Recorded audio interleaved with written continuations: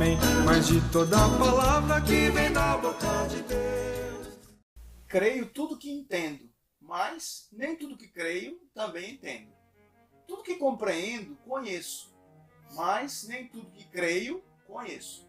Essa é uma citação de Agostinho, do século IV, do século V, e ela continua sendo pertinente para hoje. Diz respeito à nossa limitação do conhecimento teológico.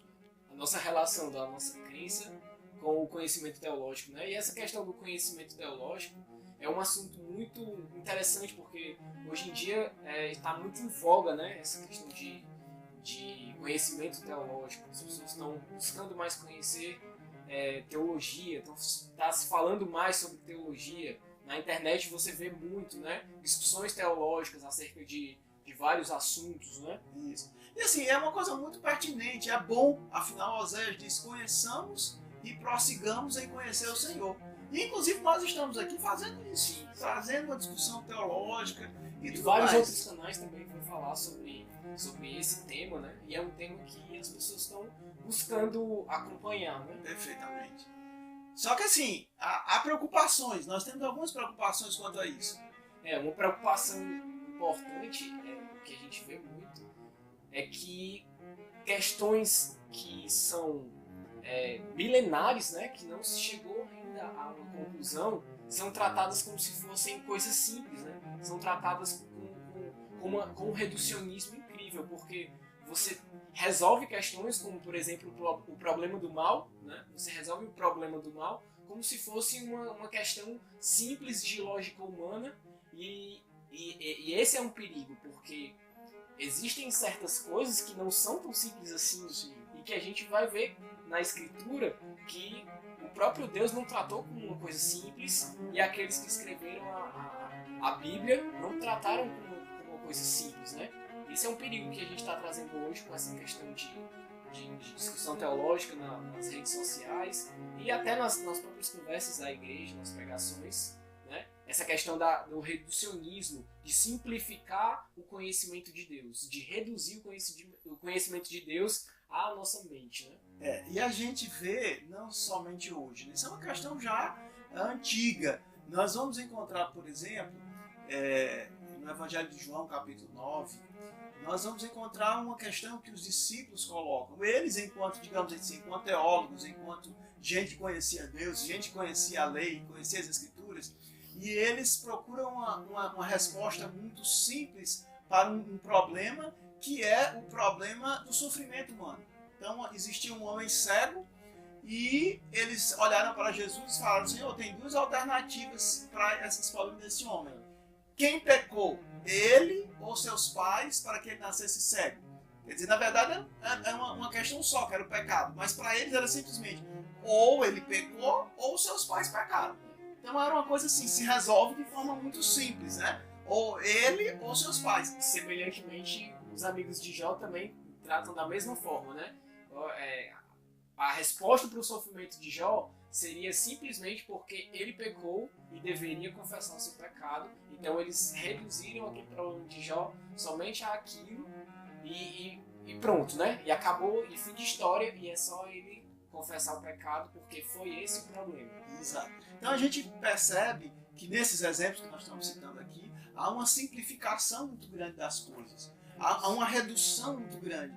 E no primeiro caso, Jesus vai dizer nem a alternativa A nem a alternativa B. Jesus traz uma nova alternativa, que é o que está acontecendo com ele é para a glória de Deus, que é uma coisa que eles nunca tinham levado em consideração, é uma coisa que eles não pensavam que poderia ser assim. E nós precisamos entender que há limitação, sim, no nosso entendimento das coisas de Deus. Por quê? Porque quando a gente fala do conhecimento de Deus, é o Deus que se revela, é o Deus que se permite conhecer na história, através das Escrituras, mas há um limite desse nosso conhecimento. A gente pode conhecer sobre Deus? Claro que sim, mas há um limite desse nosso conhecimento, por uma razão muito simples, né, Thales? Porque nós somos seres finitos, limitados, e Deus é infinito. É infinito, né? Até o que os teólogos medievais eles falavam, né?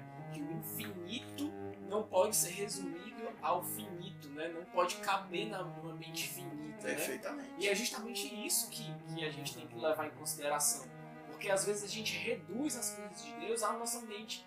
E aí a gente vai tomar certas atitudes baseado nisso que a gente tem, né? Então, nós podemos ver até a própria criação, que é uma criação finita. Deus fez uma criação finita, o universo é finito, ele não é infinito. Se ele fosse infinito, ele era o próprio Deus, né? Mas ele é algo finito. Então, até o próprio universo, o homem tem dificuldade de exaurir todo o conhecimento sobre o universo. Ele nunca vai chegar num conhecimento pleno de todas as coisas, da grandiosidade que o universo tem, de tudo que o universo tem. Então, e a Bíblia própria fala, né, que o universo ele manifesta a glória de Deus. Então é um vislumbre, é algo que reflete o tamanho e a glória de Deus, né? Então nós não podemos simplesmente querer que Deus caiba em nossa mente e reduzir todas as coisas que envolvem o conhecimento de Deus, toda a teologia, reduzir somente àquilo que a gente pensa ou àquilo que a gente alcança. Nos esquemas do entendimento humano, né? Isso. É claro que nós vamos ter alcance de algumas coisas, mas nem tudo. A gente precisa ter humildade para entender isso. E é interessante que o apóstolo Paulo, um homem que tinha um conhecimento de Deus, da doutrina, um próprio relacionamento especial com Deus, ele teve a humildade suficiente, que nós vamos encontrar isso em 1 Coríntios 13, 12, para entender que agora você vê por espelho. Quer dizer, agora você vê como se fosse por enigma. Você não consegue enxergar todas as coisas. Você não consegue ter uma dimensão total sobre todas as coisas. Mas ele diz assim, mas um dia o veremos face a face. Assim como ele é, o veremos. E agora nós conhecemos em parte. Né? Então essa citação de Paulo é uma citação interessante. Ele está reconhecendo a limitação dele. Exatamente. Né? E é interessante porque você primeiro tem que fazer uma questão de contexto, né? O espelho ali no tempo de Paulo, ele era um espelho todo borrado, né? Isso. Não era um Não espelho era como que a gente vê hoje, né? Coisa bem nítida. bem nítida, né? Era um espelho realmente borrado, que não dava para ver muito bem. Então, assim, o que nós temos que entender é que nós teremos ainda uma mente limitada, mesmo no porvir. Conheceremos mais de Deus. E a cada dia nós conheceremos mais, mesmo no porvir. E esse conhecimento de Deus não pode simplesmente acabar um dia, porque Deus é infinito, né? E Ele nunca vai deixar de nos surpreender, né? Sim.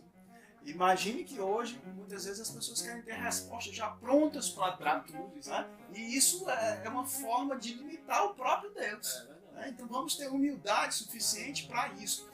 E o próprio Paulo ele nos ensina de uma forma interessante. É muito legal isso. Quando você está lendo a Epístola aos Romanos, capítulo 9, capítulo 10, capítulo 11, você vai ver algumas questões de uma profundidade muito grande. Paulo está falando da graça de Deus, Paulo está falando da eleição, e ele não tem resposta para tudo. E ele não tem, inclusive, assim, um alcance pleno de tudo. E quando ele está diante disso, ele não se torna uma pessoa incrédula, como muitas vezes as pessoas fazem, né? Ele se prostra diante de Deus num belíssimo hino de adoração, que é o final do capítulo 11. Eu acho que vale a pena a gente ler o final do capítulo 11 de Coríntios, de Romanos. Final do capítulo 11 de Romanos, quando Paulo diz, ó profundidade das riquezas, tanto da sabedoria como da ciência de Deus. Quão insondáveis são os teus juízos e quão inescrutáveis os teus caminhos. Porque quem compreendeu o intento do Senhor? Ou quem foi o seu conselheiro? Ou quem lhe deu primeiro a ele para que ele seja recompensado? Porque dele, por ele e para ele são todas as coisas. Glória, pois, a ele, eternamente. Amém. É interessante essa postura de Paulo, porque ela vai refletir justamente o sentimento de um crente verdadeiro diante da glória e da grandeza do conhecimento de Deus, né? Porque quando você se surpreende com a grandeza dos mistérios de Deus, você percebe, Ele é Deus, né? Você pode dizer, Ele é Deus. Imagina que nós pudéssemos entender todas as coisas de Deus. Nós nunca estaríamos perplexos com a sua natureza, com a sua grandeza. Acho que esse Deus seria um Deus muito pequeno, né? Mas a própria Bíblia, como o próprio apóstolo Paulo consegue enxergar, e o que a Bíblia passa pra gente, é um Deus grandioso, um Deus em que nós, quando estamos diante da grandeza dele, nós ficamos perplexos, e isso nos leva à adoração. É isso que o apóstolo Paulo faz, né? E é isso que Tomé fez, né? Isso. Quando ele percebe que o Cristo que ele seguia, o Jesus que ele seguia, havia sido morto e ressuscitado, agora estava diante dele, ele fala, meu Senhor e meu Deus. Então ele cai num momento de adoração, glorificação a Deus. Né? Da mesma forma, Jó, né? Jó questiona Deus, ele faz vários questionamentos de Deus. E aí Deus, ele não responde Jó. O que ele faz? Ele faz 1001 perguntas para Jó, né? Sim. Mostrando, e são perguntas que mostram a glória de Deus e mostram a limitação do conhecimento de Jó, né? E Jó, quando se vê diante daquilo, ele percebe, agora eu conheço Deus, agora eu sei quem Deus é. Porque ele exauriu todo o conhecimento de Deus? Não, pelo contrário. Mas agora ele entendeu que Deus é grandioso e ele não tem como saber todos os propósitos de Deus. Ele entendeu que a mente do Senhor é muito maior do que a dele, né? E que o Senhor não deve nada a ele para explicar todos os caminhos, né? A mente de Deus é muito maior do que a de Jó e ele glorifica a Deus por isso. E ele vai ter uma expressão de adoração semelhante à de Paulo, Semelhante. né? Jó 42:2. Bem sei eu, Senhor, que tudo podes, e que nenhum dos teus pensamentos pode ser impedido.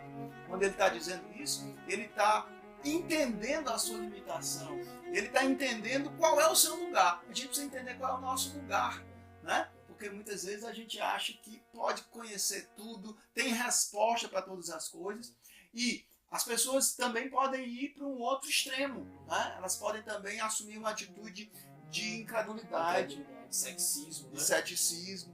Você vê muito essas duas posturas, né? Quando a pessoa ela não consegue resolver um problema, ela se desfaz do problema, ou então diminui o problema, né? Porque ela não consegue resolver, então ela desacredita naquilo ali, porque simplesmente ela não consegue explicar a partir da sua mente. E é muito interessante, né? Porque a própria pessoa usa da sua incapacidade, e aí, por causa da sua incapacidade, diz que aquela coisa, ou aquela crença é inválida, né? Porque ele não conseguiu compreender.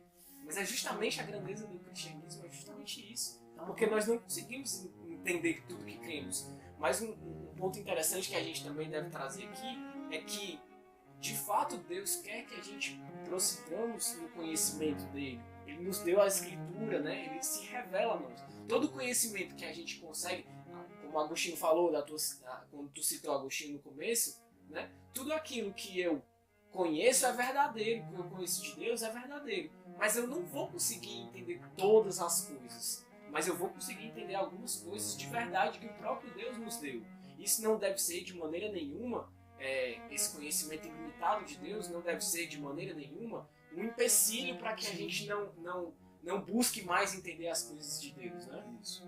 E aí, a gente queria concluir incentivando você que tem interesse em conhecimento teológico, continua buscando, continua crescendo. Mas eu quero dizer uma coisa para você, seja humilde. Enquanto nós não calçarmos as sandálias da humildade, nós teremos um conhecimento capenga. E muitas vezes vamos entrar no mundo da especulação.